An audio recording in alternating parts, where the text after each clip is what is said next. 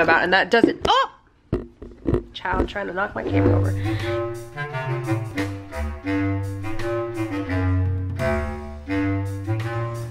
Hi everybody and welcome to my channel. I'm gonna do the controversial parenting tag today.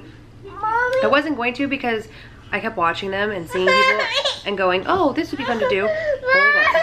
I've been watching them and I think that they're fun, and I always think that tags are fun to do.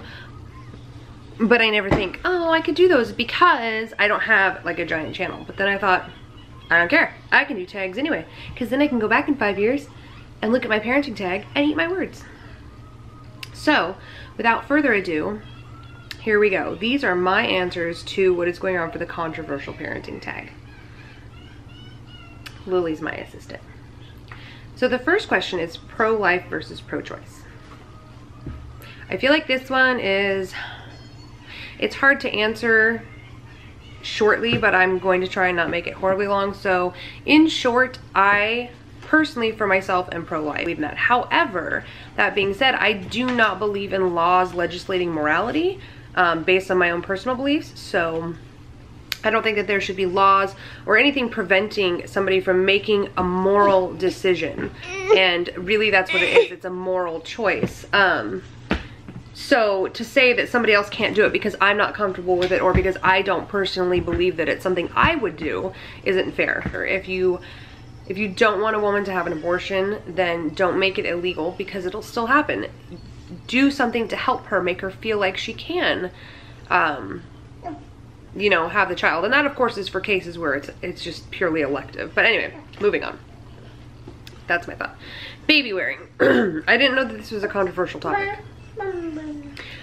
I assume that it's controversial because it's kind of tied to the attachment parenting thing, like, oh, you wear your babies all the time, they'll be spoiled, they need this and that. You can't spoil a baby. Your job as a parent is to nurture and take care of them, to teach them that there's somebody there that they can depend on, that they're safe, to help them develop, you know, security and attachment and things like that. It's your job. So baby wearing is just an extension of that. You wear your baby, it makes sense. You need your hands free to do other things because you have a life. But why would you not? I just don't understand why you not wear. I'm not against baby wearing. I'm very much for baby wearing. Because I don't know why that's controversial, I'm just going to move on. Circumcision. This is a hot button issue. I myself am, I guess, anti-circumcision. My sons are not circumcised. It's not something that, to be honest, I would like to say, Lily, can you stop doing that? I would like to say that it was a big, you know, moral choice that we made, but really it wasn't. Like, my husband's intact, my boys were intact, it just wasn't even discussed. I can't even remember when it was because it was such like a non-issue. But that being said, now that I know more about it, I feel like there's no medical reason behind it. There have been no studies that can conclusively prove that it is better to be circumcised than uncircumcised. And so it's a choice that you make, and I feel like it is a cosmetic procedure. So if my children, when they grow up, choose to have their foreskin removed, then that's up to them, but it's not my decision to make. Adoption. Is this controversial? I'm for adoption. I think that every baby should be loved. I think that our system is a bit broken in how we love babies and how we allow children to be loved, especially like in the United States. I know there's a lot of states that restrict like foster parenting. If you already have a certain number of children, you can't have more, you know, you can't foster. And I think that's stupid. Like, just because you've got children doesn't mean you can't love additional children.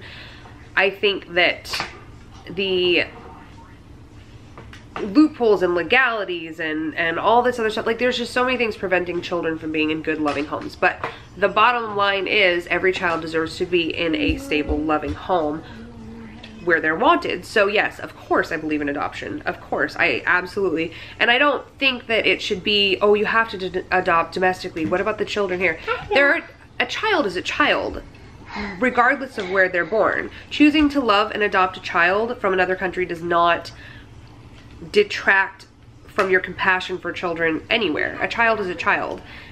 Not just here, you know, we don't need to just take care of the children here. Children everywhere need to be taken care of. So anyway, yes, adoption, international, domestic, whatever you want to do, you do you. I'm absolutely for it. Okay. Baby piercing. I almost said body piercing. That's not parenting. Baby piercing. I'm neither for nor against this. Again, I feel like it's kind of like, it's a cosmetic procedure. It's your choice. I have not pierced any of my baby's ears. My daughter is almost, or she just turned 10, and she's been asking, but then she's nervous about getting it done. And so my only actual hard line opinion on ear piercing with children in general is that it should be done at a piercing shop with a needle and not a piercing gun at a mall, just because it's less traumatic to the tissue and it's actually less painful and will heal better. So breast versus formula.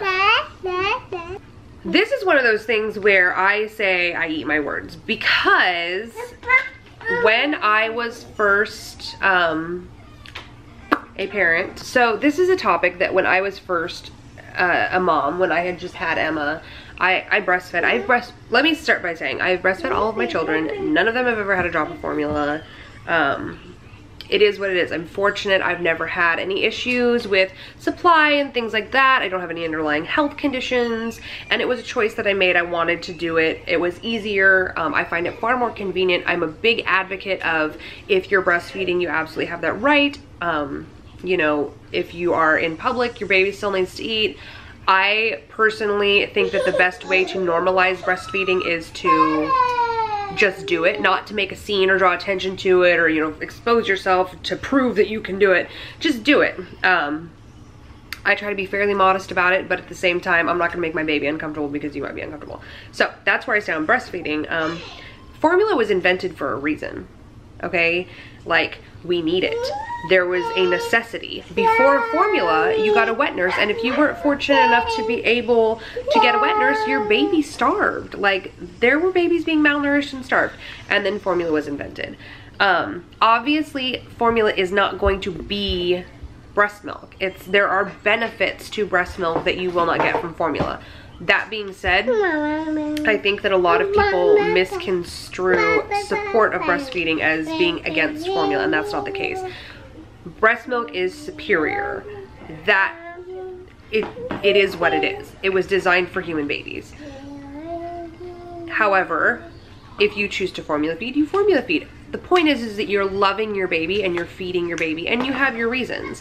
And your reasons are valid for you. Just own your choices. Don't shame other people, and do what you have to do.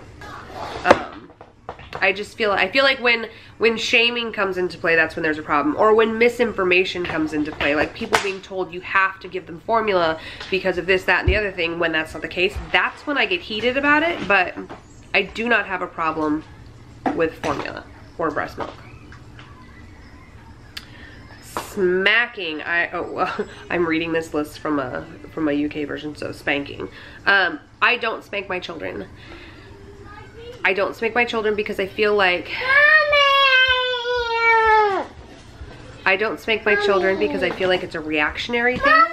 Hold on. I don't spank my children because I feel like it's reactionary for me. I have a very short fuse and my temper is hard. I mean, like, I'm an in the moment kind of person, and I don't believe that spanking should be in the moment. I think that it should be, if you're going to spank your child, it should be for the purpose of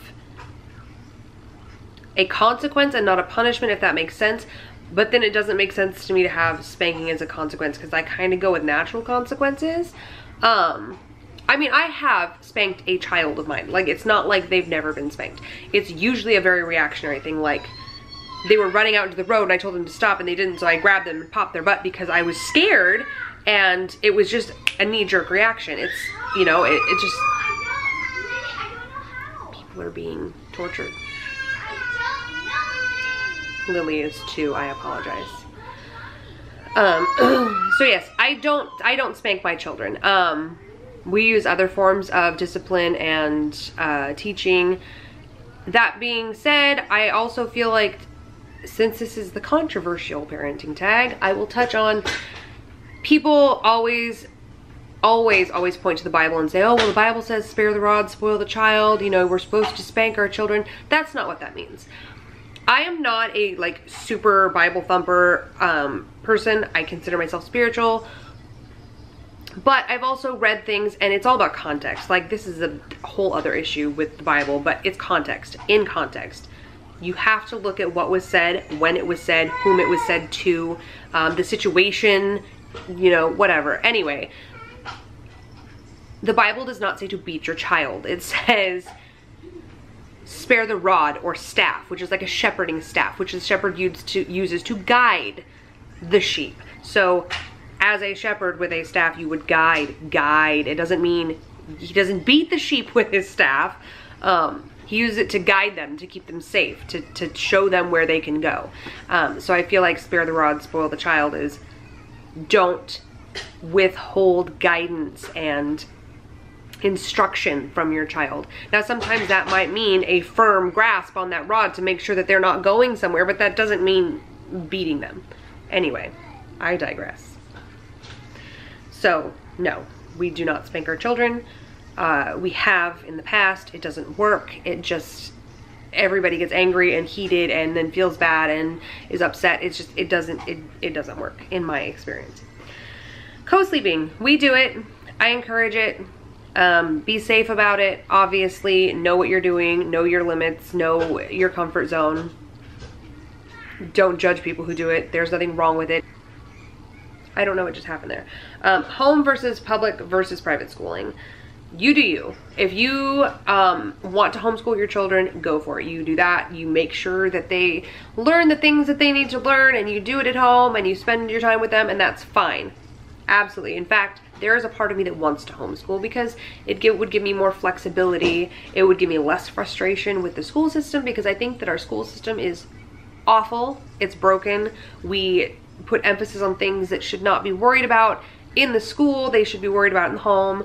We put too much pressure on children at a young age to learn things and perform on tests rather than being kids. So that's just with public or private school. With sending your child elsewhere to school, I feel like there's a lot of problems with it. That being said, my children go to public school. I do not have the space, the resources, or quite frankly, right now, the mindset to make sure that they're learning what they need to be learning. And I like the break. I do like that they go elsewhere and do things. Now, that being said, I'm probably an awful mom because I take my kids out of school to go do things with family all the time. And anyway, do what you want to do. I don't see a problem with any of it. I do not have a problem with homeschooling. I do not judge people who send their kids to public or private school. If you can afford private school, more power to you. I'd send my kids to private school if I can't afford it. Vaccinations. So this is probably the one I have the hardest time with. I vaccinate my children. I vaccinate them on a modified schedule. I do not vaccinate them on the CDC schedule. Because the CDC schedule, in short, I'm going to try not to be too preachy, but the CDC schedule was created for the highest risk groups. They recommend vaccinating an infant against hepatitis B at birth because if you are in the high risk group, that vaccine is essential. Most people are not in that risk group. I don't vaccinate my kids against Hep B until such a time that it's necessary. I think that you need to research, you need to know what you're putting into your body, you need to know the risk versus benefit, and I think that there's a lot of scare tactic information out there to force parents into doing something that is not necessary at the time that they're wanting to force them to do it. But we want everything streamlined, we want, you know, everybody to just go through the same schedule because we don't want to personalize, we don't want to individualize, we just want to say everybody do it now at this time because this is the highest risk group, so that's when you need it. And I think that that actually causes a lot of damage to our bodies on a lot of levels. So my children are vaccinated on a selected delayed schedule. They will eventually probably get all their vaccines. We do delayed vaccinations and then do titers to check for immunity, just to avoid more heavy metal and other toxin exposure.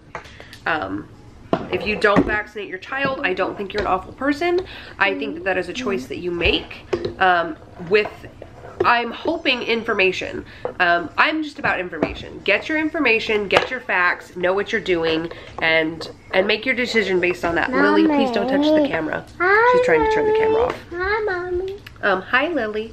So yes, information, informed consent is what I'm about, and that doesn't, oh! Child trying to knock my camera over. Informed consent is what I'm about, and that doesn't mean I cannot get this to sit right now. That does not mean the doctor told me. Unfortunately, informed consent is not something that we are often provided with on this topic. So, okay. Moving on to the next topic. Okay. Sorry, my battery died. Next topic, medicating children. I think that if your child has a condition which medication can help them with, and you are confident in the diagnosis, that you should medicate your child. I don't think that there's any reason to not medicate. I know that there's a lot of stigma and a lot of, hearsay, like, oh, children with ADHD are medicated and you're taking away their personality and all this other stuff. That's not true. We have a child who has ADHD. We have done sensitivity testing for food. We've done elimination diets. We've done supplementation. We've tried natural herbal supplements and stuff like that to help balance the chemicals and things like that. They didn't work. They work for some people.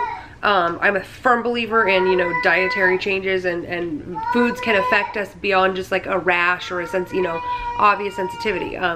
For us, it didn't work. So we talked with the doctor after trying all of these things, and we settled on a medication that has been amazing. The benefits and the improvements have been astounding. I feel like now, rather than having, Lily has locked herself in the bathroom. I feel like now, rather than having a child that is stuck inside themselves and overwhelmed all the time, I now can have a good, Lillian, I'm right here. I now can have a good relationship and really understand what that child thinks and feels and wants and needs, and see beyond the frustration that had them stuck there. So I absolutely believe that if it is a legit medical diagnosis and you've sought opinions that you trust and value, and that you are, you're sure in your heart that that is what your child needs, or if they need medication, do it. Medicate, give them medication. Screw other people, forget what they say. Do what you need to do for your child to thrive. Cloth versus disposable diapers. I don't feel like this is any controversy. Okay, if you use disposable diapers, you're creating waste. If you use cloth diapers, you're spending money and time, and whatever. I've done both. Emma, we started cloth when Emma was 10 months old, and I cloth diapered Alex exclusively, Jacob partially, and then Lily has always been in disposable diapers. So that's what it is. Cry it out, controlled crying method. I don't believe in cry it out. I don't believe that children should be left to scream. I say this as my child is shouting at me, but that's different. We'll get there. I don't believe that infants should be left to scream. I don't believe it's healthy for them. I don't believe it is what we are designed as parents to do. I don't believe that it comes naturally for us to let our children cry. A lot of people who tell you to let them cry it out will tell you, put in earphones, walk away, do something, distract yourself. If you have to do those things, I don't feel like what you're doing is natural. That being said, there is a difference between an older baby, like a year plus whatever, being left to fuss or cry in their crib to learn to fall asleep on their own, to like self-soothing and things like that. There is a difference between sleep training and cry it out. I do not believe in cry it out. I don't think that it is helpful. I think the problem is we view children as an inconvenience, an interruption to our schedule. They need to learn to soothe themselves. They need to learn to, be without you.